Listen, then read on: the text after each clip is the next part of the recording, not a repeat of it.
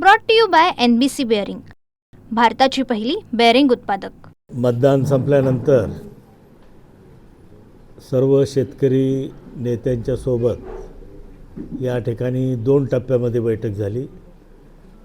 पहिल्या टप्प्यामध्ये त्यांना अजून काहीतरी वेळ पाहिजे होता एकमत करण्यासाठी, त्यांनी तो घेतला, आम्हाला बोलवलं आणि आता या आंदोलनावर आम्ही कारखान्याने अशी भूमिका घेतलेली आहे की 2775 रुपयाचा पहिला हप्ता हा आम्ही शेतकऱ्यांना देण्याच्या बाबतीत निर्णय केलेला आहे। छत्रपतीच्या बाबतीत 2750 रुपये असाही निर्णय झालेला आहे। याच्यानंतर जेव्हा फायनल भाव काढला जाईल त्यावेळेस रेव्हेन्यू शेअरिंग बेसिसचा फॉर्म्युला लागू करून जो काही अंतिम भाव निघेल तो देण्याचं आम्ही मान्य केलेलं आहे। या आंदोलनाचा या ठिकाणी गोड शेवट झाला, त्याबद्दल सर्व शेतकरी नेत्यांचं मी मनापूर्वक आभार मानतो आणि इथून पुढच्या काळातही आंदोलन न करता सामंजस्याने आपण सगळे प्रश्न मिटवूयात अशी विनंती करतो। धन्यवाद। बैठकीमध्ये असा निर्णय झाला की गेले 7-8 दिवसापासून जे काय आंदोलन होतं आणि आंदोलनामध्ये शेतकऱ्यासहित कारखानदार असेल, मजूर असेल, ऊसतोड कामगारापासून सर्व घटक या ठिकाणी अडचणीत आले होते।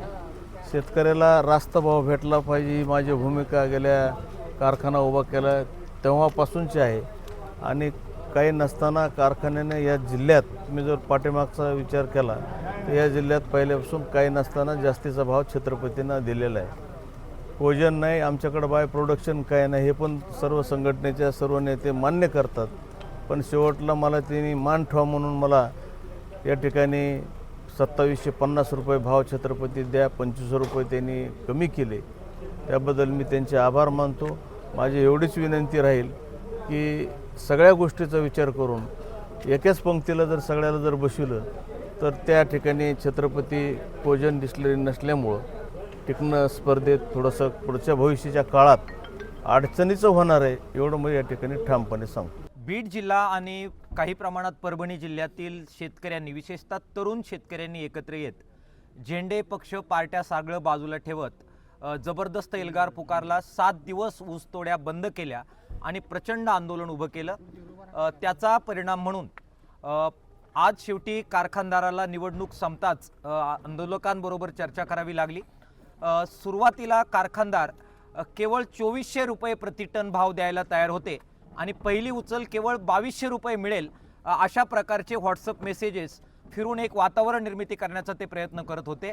मात्र ह्या सगळ्या संघटना एकत्र आल्या, सगळे वेगवेगळे राजकीय किसान सभेसारखे, शेतकरी संघटनांसारखे नेते तरुण मुलांच्या मागे उभे राहिले आणि तरुण मुलांनी नेतृत्व करत हे आंदोलन पुढे नेल्याचा परिणाम म्हणून आज जबरदस्त ताकदीनं हे आंदोलन पुढे गेलं आणि कारखानदारांनी आज तब्बल बरीच वाढ करून 2775 रुपये ही पहिली उचल देण्याचं मान्य केलेलं आहे। आंदोलनाचा हा मोठा विजय आहे। बजरंग सोनवणे यांचा जो कारखाना आहे त्यांनी 2800 रुपये पहिली उचल देण्याचं मान्य केलं आहे आणि 3000 रुपयापेक्षा जास्त भाव देऊ असं त्यांनी मान्य केलेलं आहे। उर्वरित जे कारखानदार आहेत त्यांनी सुद्धा ही 2775 पहिली उचल आहे, त्याच्यामध्ये अंतिमतः जे रेव्हेन्यू शेअरिंग होईल त्याच्यानुसार जे पैसे उरतील ते अंतिम पेमेंट म्हणून देण्याचं मान्य केलेलं आहे। मला वाटतं हा शेतकरी आंदोलनाचा, विशेषतः तरुण मुलांनी जे आंदोलन पुकारलं या तरुण मुलांचा विजय आहे। सर्व शेतकरी संघटना आम्ही त्यांच्या मागे उभं राहिलो।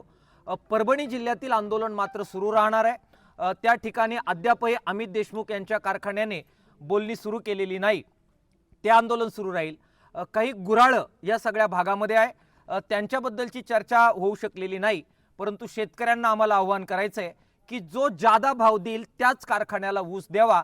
या फॉर्म्युल्याप्रमाणे ते जर वागले तर गुऱ्हाळांच्या मालकांना सुद्धा याच फॉर्म्युल्याप्रमाणे भूमिका घ्यावी लागेल। 2200 पासून वाढ करत 2775 पर्यंत मजल मारून जो प्रचंड मोठा फरक या आंदोलनाने गाठलेला आहे। ही महाराष्ट्रातील पहिली घटना आहे, अभूतपूर्व घटना आहे। त्यामुळे मराठवाड्यातील तरुण शेतकऱ्यांचं आणि आंदोलकांचं मी अभिनंदन करतो। Brought to you by NBC bearing, भारताची पहिली बेअरिंग उत्पादक।